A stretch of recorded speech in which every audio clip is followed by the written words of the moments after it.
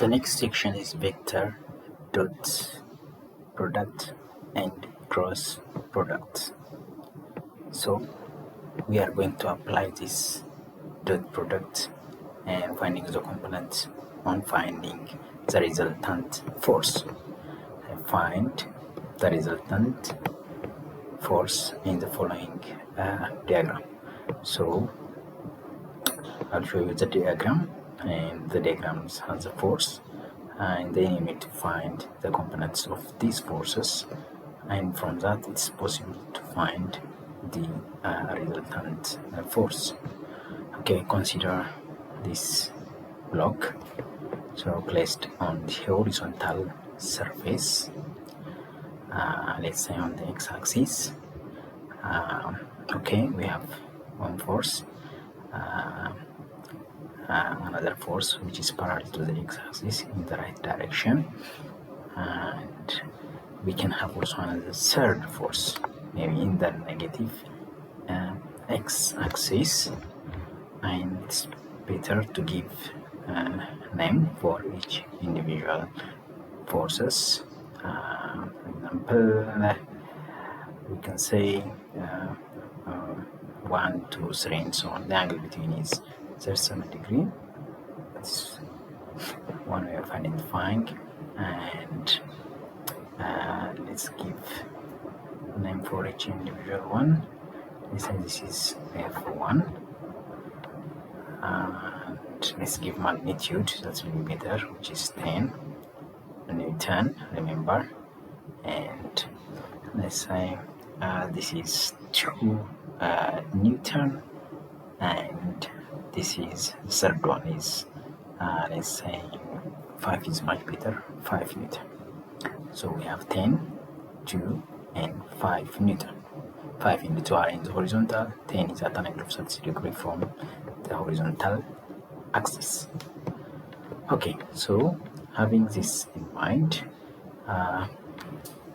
okay, we are going to find the components of the forces in different direction. Let us draw x and y axis, and by drawing this and x and y axis, we are going to give the origin is taken to be the center of mass, and then we have to find F1, F2, and F3. Okay, this is x-axis, and this one is the y-axis. Okay, let's start from the first force, F1. Okay, that's between x and y. This is F1, and the magnitude is given, which is 10 Newton, and F2, which lies on the x-axis.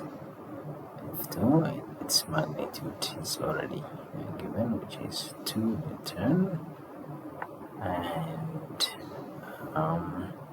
third force, which lies in the negative x-axis,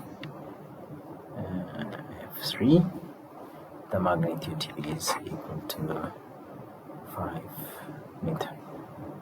So having this in mind, we are going to find the components of F1 force. So for this, you need to have the angle, which is 37 degrees above the x-axis. So let's find F1x, which is the component in the direction of x, which is equal to the magnitude is 10 times cosine of 37 degrees.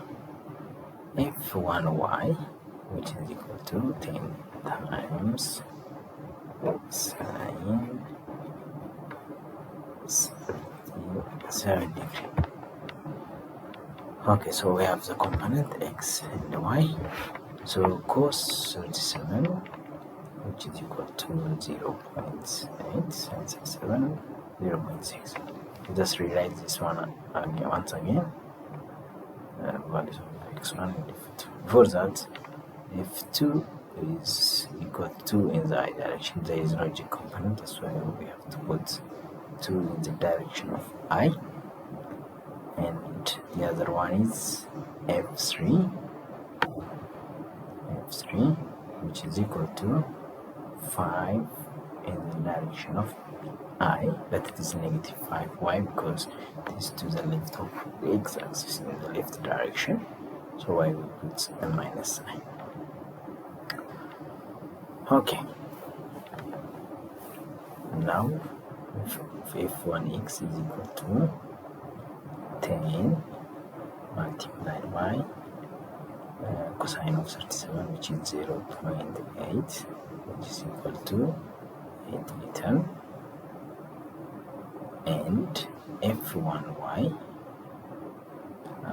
will be equal to 10 multiplied by sine of 37, 0.6, which is equal to 6 Newton. So it's possible to rewrite f1 force, where f1 force is equal to 8 in the direction of I plus 6 in the direction of j. Okay, now after this step we are going to find the net force. Okay, F net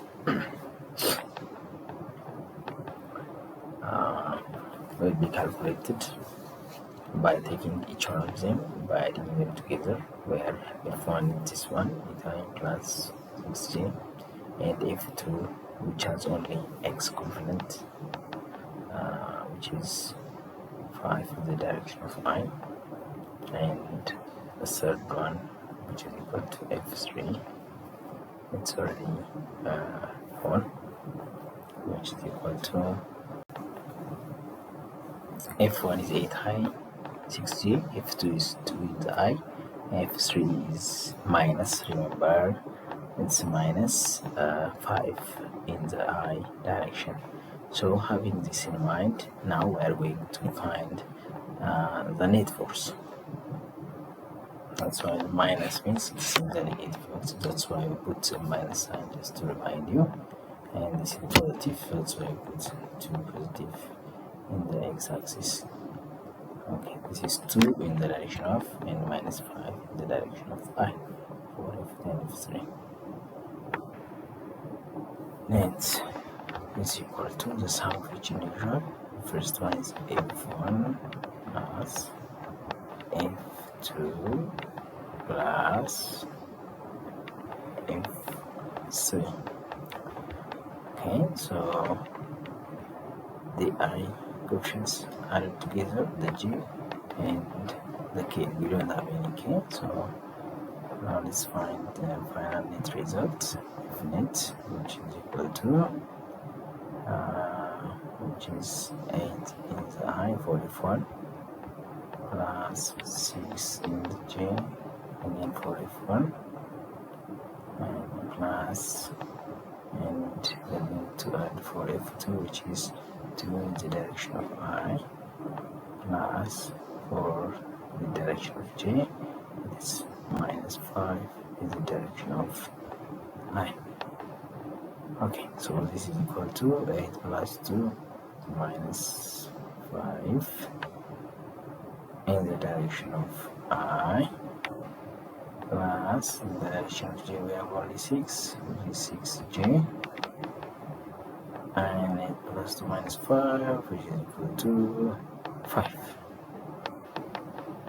which is 10 minus 5, so this 5 in the direction of I, plus 6 in the direction of j.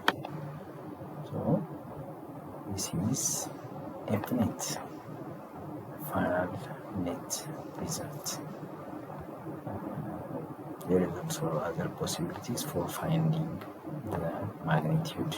It's possible. So the magnitude will be equal to, I think, the square root of 5 square plus 6 square. So final result of this one equal to the magnitude. It is plus 25 volts. This will be the magnitude. So it is 61. Here comes 60. Then will be the final result. Okay, that's all, and